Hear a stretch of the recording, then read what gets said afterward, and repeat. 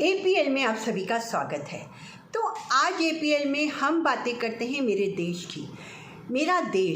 मेरे देश में आजकल बहुत कुछ हैपनिंग हो रही हैं, काफ़ी काम सही हो रहे हैं, कुछ गलत हो रहे हैं। तो उन्हीं के बारे में मेरे दिल में ख्याल आया कि मैं क्यों ना कुछ बातें करूं। अभी एक बहुत अच्छी और खुशखबरी की खबर ये आई है कि जो किसानों के ऊपर जो 3 लॉ हमने ज़बरदस्ती लागू किए गए थे, उन्हें हमारे प्रिय प्रधानमंत्री मोदी जी ने वापस ले लिया है। ओहो भाई, 1 साल के बाद मोदी जी को ये ख्याल आया कि वो कहीं गलत है और उन्हें ये लॉ वापस ले लेना चाहिए। पर मोदी जी, मैं आपसे बस एक ही बात पूछना चाह रही हूँ कि क्या 700 किसान मरने के बाद आपको लगा कि ये कानून आपको वापस लेने चाहिए, या फिर यूपी में चुनाव बहुत नज़दीक आ रहे हैं उसलिए आपको लगा कि कोई मास्टर स्ट्रोक करें तो ये कानून वापस लिए जाने चाहिए? आपने अपने भाषण में ये भी कहा कि मैं शायद समझा नहीं पाया कि इस वाले जो कृषि कानून थे उनके कितने फ़ायदे थे।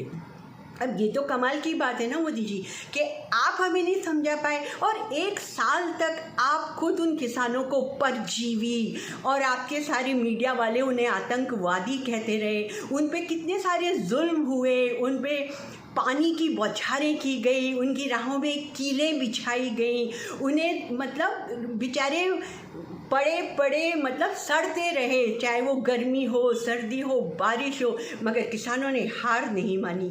तो आज आपको ये लगा कि आप उन्हें समझा नहीं पाए, इसलिए आप माफ़ी मांगते हैं और ये कानून वापस लेते हैं। पर मोदी जी, मैं तो आपसे एक बात समझना चाहती हूँ कि आप चलिए कृषि कानून नहीं समझा पाए, अब पर आप मुझे जो नोटबंदी आपने की थी उसी के बारे में समझा दीजिए, क्योंकि मुझे तो आज तक नोटबंदी और ये जीएसटी जो भी लागू हुआ है ये मेरे समझ में नहीं आया है। मैं तो एक आम आदमी हूँ पर देश की नागरिक हूँ, तो मेरे लिए समझना बहुत ज़रूरी होता है। खैर, आप तो हमारे देश के प्यारे भाई प्रिय प्रधानमंत्री हैं, तो आपको मैं क्या कहूँ। अब आप जितने अक्लमंद हैं, अगर आप हमें अपनी बातें नहीं समझा पाते तो हम कहाँ जाएंगे और क्या करेंगे। और देश में ये हो क्या रहा है भाई, एक ना एक बेगैरत औरत अब जब भी मुंह फाड़ती है कुछ ना अंट शंट बोलती है, आप उस औरत को पद्मश्री देते हैं।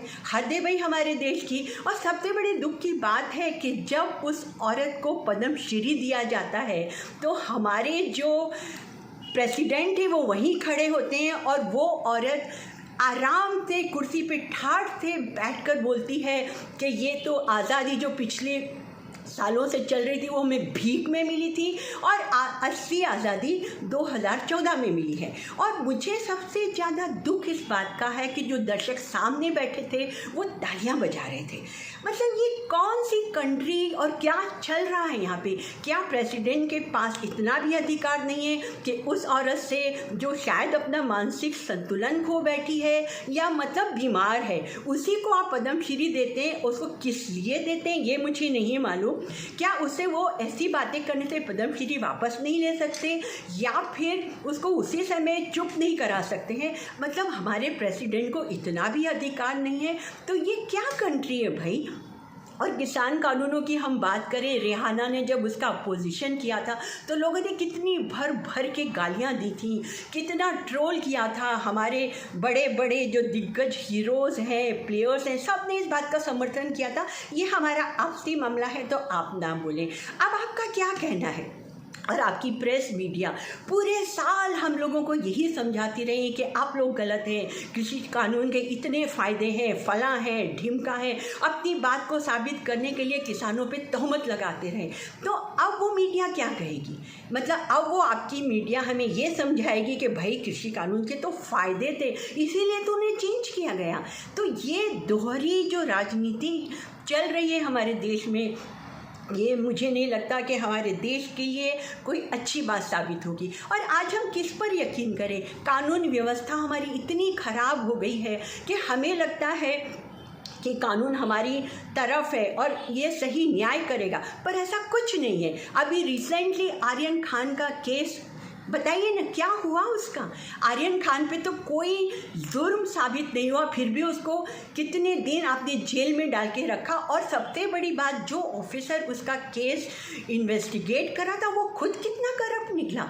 मतलब आप किस पर फेथ करें, उस पर कितने सारे एलिगेशन हैं, वो कैसे लोगों को फ्रेमिंग करके फंसा रहा है।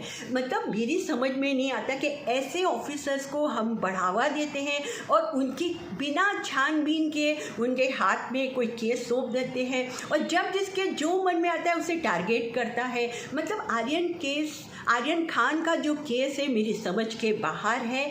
अगर वो लड़का वास्तव में दोषी होता तो मैं कभी नहीं कहती कि उसके साथ न्याय नहीं हुआ है, मगर उसे बेमतलब उस पर कोई भी क्राइम साबित किए बिना आप किसी इंसान को ऐसे जेल में कैसे रख सकते हैं। तो हम किस पर बात करें। हम पहले के ज़माने में जब पहले 7-8 साल पहले जो न्यूज़ देखा करते थे, इसलिए देखा करते थे कि न्यूज़ से हमें पता चलता था हमारे देश में क्या हो रहा है। मगर आज अगर आप न्यूज़ चैनल खोल लें, 1 सेकंड में आपका सर दर्द हो जाएगा। लोग चिल्लाते रहते हैं, एंकर चिल्लाते रहते हैं और ज़बरदस्ती के एलिगेशन एक दूसरे पे लगाते रहते हैं, पूरे समय अपोजिशन को क्रिटिसाइज करते रहते हैं। अरे भाई, आप अपनी उपलब्धियां गिनाइए ना, आप ज़बरदस्ती का हम पे क्यों थोपते हैं कि अपोजिशन ने ये किया, वो फला है, गालियाँ चल रही हैं, मतलब तू मैं हो रही। ये कोई न्यूज़ चैनल है? मतलब हमारी कंट्री को होता क्या जा रहा है। तो मेरी बस लोगों से ये गुजारिश है कि अपनी जो सोच आप लोगों ने इतनी नेगेटिव बना ली है, प्लीज़ उसको सुधारें, कुछ ज़िंदगी में पॉजिटिविटी लाएं। और हमारे माननीय प्रधानमंत्री, आदरणीय प्रधानमंत्री, प्लीज़ आप जो भी निर्णय लें पहले 10 बार सोचें और उसके बाद में हम लोगों पे लागू करें। ये नहीं कि एक दिन आपको कुछ भी ख्याल आया और दूसरे दिन आपने फटाफट जाके वो अनाउंस कर दिया और फिर तीसरे दिन आपको रियलाइज़ हुआ कि आप गलत थे, तो आप रोने लगे और आपने माफ़ी मांग ली। तो सर, मैं आपसे गुजारिश करूँगी कि ये सब बातें आपको शोभा नहीं देती। You are the prime minister of proud nation India. So please आप कुछ हम लोगों के बारे में सोचें, जनता का ख्याल रखें। महंगाई कहाँ से कहाँ पहुँच गई है, पेट्रोल के दाम कहाँ चले गए हैं, गैस के दाम कहाँ चले गए हैं, सब्जियाँ खरीदना हमारे लिए मुश्किल होता जा रहा है। आप इस तरफ ध्यान देना, इसके बारे में कोई मतलब अच्छा सलाह दें और इसको है ना दूर करने की कोशिश करें। तो प्लीज़ सर, मुझे बस इतना ही कहना था। और मेरे देश को मैं प्यार करती हूँ, करती रहूँगी, मगर ये इस तरह की बातें देखकर वास्तव में मुझे दुख होता है।